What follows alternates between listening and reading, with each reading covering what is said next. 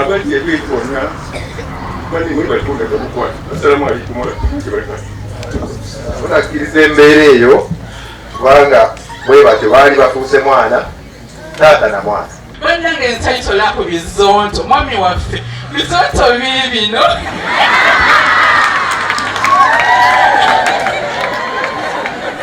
bizonto nsayito balako obubeera ne munvuma neva mu kunyiga ate nenseka nimala bizonto bino mami nsayito balabako.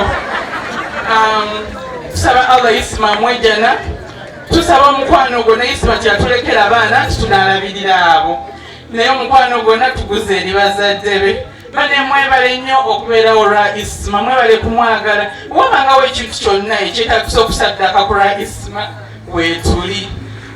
Mbadde nsaba nkomaawo twongere okwagala Isma, twongere omusabira mu dduwa zaffe eza bulijjo. Mwebale kubaawo ku dduwa ey'olwaleero. Assalamu alaikum warahmatullahi wabarakatuh. Wa alaikum assalam warahmatullahi wabarakatuh. Assalamu alaikum warahmatullahi wabarakatuh. Neyanziza nnyo mwena abasobodde okujja okuyimirizawo omukono gwa taata wange. Ate era kyensaba ekirala, Mukama Katonda ffenna tatuwerabidde era mwenna we muli nsaba mutoleremu abo mutudde nabo salaamu mugambe kyonna kye tuliko wano kigenda kuggwa. Yino Zion Camp ebadde yogeza abantu obwama ekifo kyaffe kigazi ng'ate kirungi okuzaama olina omukolo birthday party baby shower byonna bijjaawo kati nno ku Zion Camp tukutwala okulambula ebifo ebitwetoolodde nga mu bitoogo by'ennyanja Nalubaale emabamba nga okulaba ku binyonyi bbulwe ekirabika obulungi ddala n'ebirala bingi wamagwe ne weeyagala ate mu abanoonya Mukama tubaaniriza ku lusozi Sayoni Zion Camp mujje mweyawuleko bw'atyo nno Mukama naye anaddamu essaala zammwe.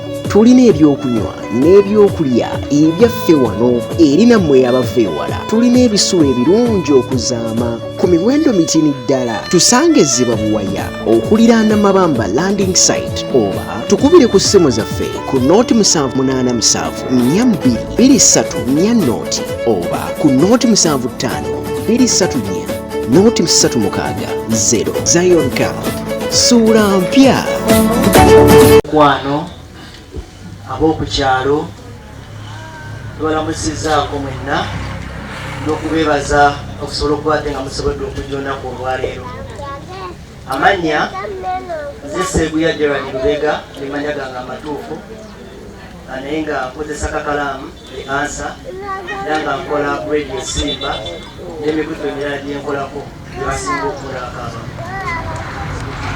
Mukwano gwange naye kasokemu omukisa yeyanjule nenyonyongere. Assalamu alaikum warahmatullahi wabarakatuh.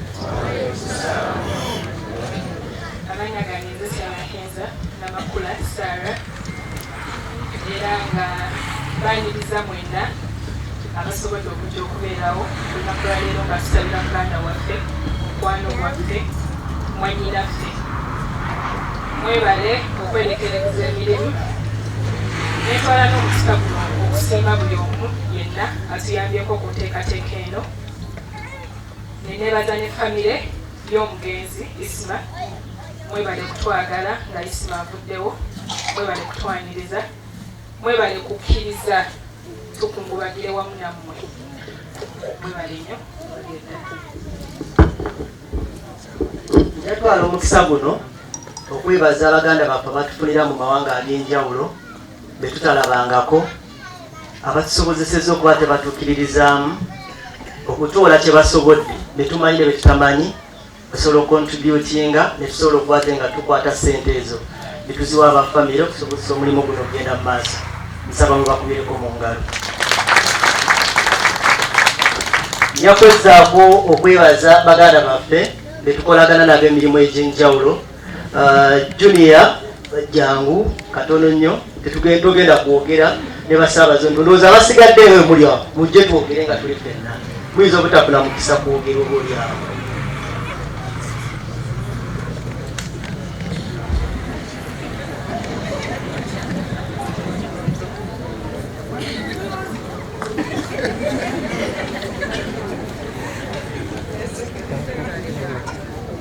Mbadde nsaba tugenda kwogera just linnya tuwongerako birala tukozese obudde bwe batuwadde eddakiika yaffe basobole okubategeera. Junior. Manya nze Taata Mirundi Junior, PA wa Minisita w'ebyettaka. Amanya apitibwa Bukenya Media. Nze nali nfanfe w'omugenzi Isma. Erinnya pitibwa King Fadi Hankobin Dusty Boy mukezaakeza abakezo okero ogenda okukola kibagira kulwa kyosimbulanya tumutoogeza ngoli Salongo incredible never challenge bamalala kangaleke olw'obudde. Amanya Zanero nakolanga ne Isma final chama. Baramusiza basaba ne bannyo. Nze Mbabaali Maliseri Giant Zondo. Assalamu alaikum. Nze Serwanje Julius.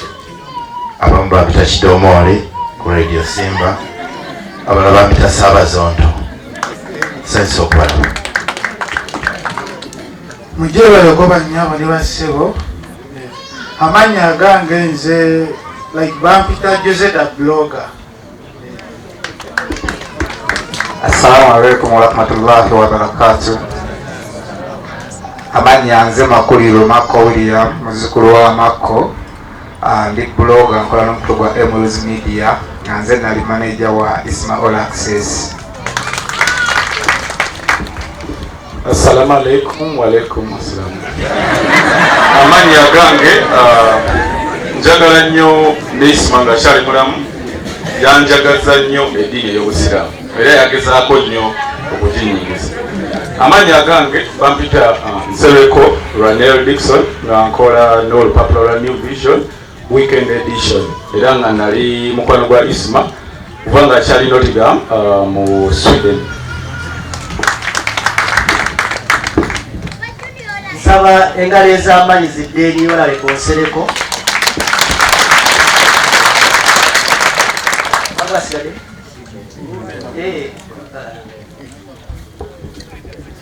Assalamu alaikum wa rahmatullahi wa barakatuh. Amanya gange nze Hadija Kigozi nkola n'omukutu gwa bano be tubanjulidde ndowooza percentage oba ennamba esinga obungi ali ekola ne Isma byonna nga gyemugezezako kwati amulaba wano. Isma tulina bingi ebyokwogerako naye akadde bakalimikirize tetugenda kubyogera byonna ate n'abasinga badde babimanyi kubanga buli omu yali alina ekifaananyi kye yali alina ne vidiyo y'oboolyawo. Yali muntu w'abantu, yali asembeza buli omu, yatukwatako twamukwatako tweyamba naye n'atuyamba mu mbeera bwetyo. So tuli mu kusaabusabi Allah era gye yamutwala yongere omulamuza ekisa era amuwe ekiwumulo eky'emirembe. Ngenda kusinzira wano bambadde omukisa guno kugera kulusiru naye ajja abuuzeeko ku bantu. Hajati nga wajja bannaye munsikirize twale omukisa guno ngende kwerabira okwebaza bannaffe mikwano gya Isma abatali wano naye nga bawangalira musize ebweru. Mikwano gyaffe abawangalira mu Sweden Isma gye yava okujja wano, abawangalira mu Netherlands, abawangalira mu UK, obubaka buno kyemmanyi mugenda kubulaba. Tweyanziza tweyanzeege. Bakoze kyamaanyi okulaba ng'omukolo guno guyimirira. Bwe twabakubira omulanga buli omu yakwata China n'atuweereza tusobole okuteekawo enteekateeka eno. Bannange mwebale, mwebadde nnyo. Ono gwenyimiridde naye ye Janaati. Janaati abangi Isma we yava mu bulamu bw'ensi batugambanga nnyo noonya omwana oyo Isma bwe yaleka bwe yatugamba nti yafuuse muwala we. So omwana ono Katonda yatusobozesa wakati awo nga yakafa tasobola okuddayo ku ssomero, avuddeyo okujja okubeerawo ku mukolo guno. So y'ono sotola Assalamu alaikum wa rahmatullahi wa barakatuh. Neyanziza nnyo mwena mwena abasobodde okujja okuyimirizawo omukolo gwa taata wange. Ate era kyensaba ekirala, Mukama Katonda ffenna tatuwerabidde era mwenna we muli nsaba mutolelemu abo bwe mutudde nabo salaamu mugambe kyonna kye tuliko wano kigenda kuggwa.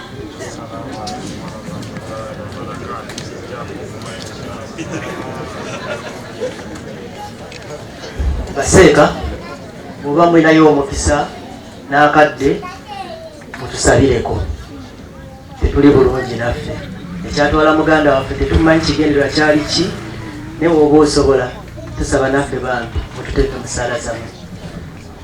Ajati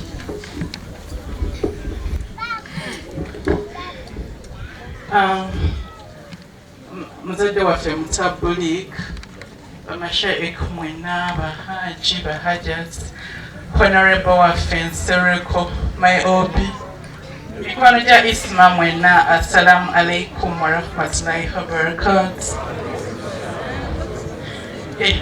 Bamama ba Isma namwe mbalamusizaako. Amanya gange nze Dr. Hajat Kuthu Nabunya muzaata ku mysteries. Banyanjudde nga Hajat Kuthu muzaata ne natambuddeko n'omwami eyanzija ku lujja namponya obwannamwandu. Mwami ku mysteries nsaba otole salaamu. Yo, where is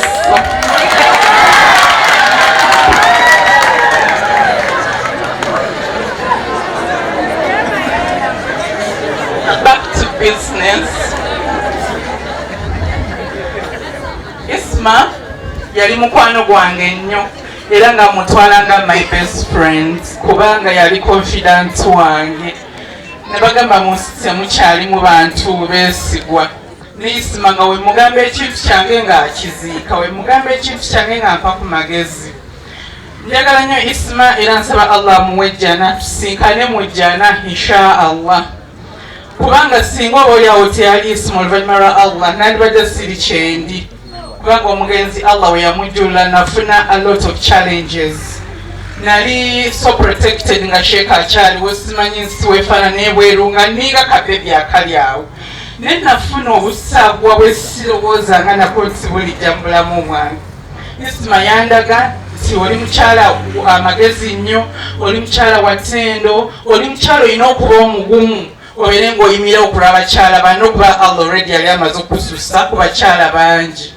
Nabeera ne Isma ne tukola foundation yayamba omwana ow'obuwala n'abakyala bannamwandu bamu abalabako bangi nnyo bali bwayiseeyo. Ne tuba nga twasomesa abaana abawala, twababuulirira, twabakwata ku mukono mu period ya COVID kubanga abakyala baatabuka nnyo, abawala abataabo bazaala nnyo ne tubabeererawo. Isma ne tubeera nga tutambula naye ebbanga lyonna nakuba bonna bonna bannange ensayitola ku bizonto. Mwami waffe bizonto biibino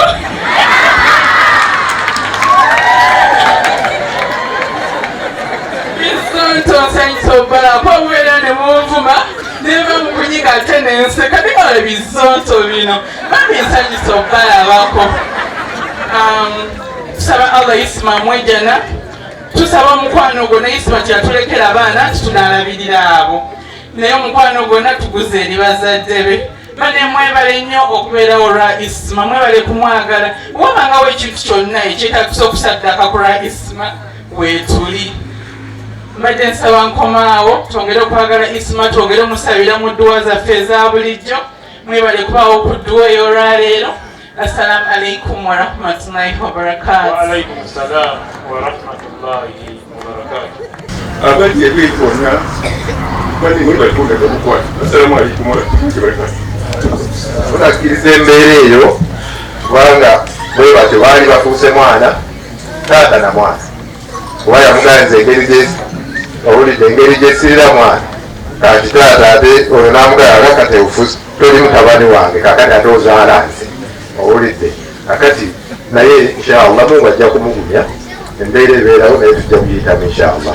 Assalamu alaikum warahmatullahi wabarakatuh. Wa alaikum assalam. A'udhu billahi minash shaitani rajim. Bismillahir rahmanir rahim. Assalamu alaikum warahmatullahi wabarakatuh. Nze Haji Kabogoza omusomi w'edduwa ntereeza ensonga z'amaka ebyenfuna n'endwadde ezitategeerekeka. Haji Kaboggoza omusomi w'edduwa nsiŋŋaanibwa ekitigoma ku lw'ejjinja. Bw'obanga otuuse ekitigoma mu ttawuni ku siteegi osobola okuba ku nnamba z'essimu ezo z'olaba zitambula. Gwe wenna ali ewala oyinza okuyita ku mukutu gwaffe ogwa WhatsApp ku layini eyo eya MTN obudde bwonna mbeerako.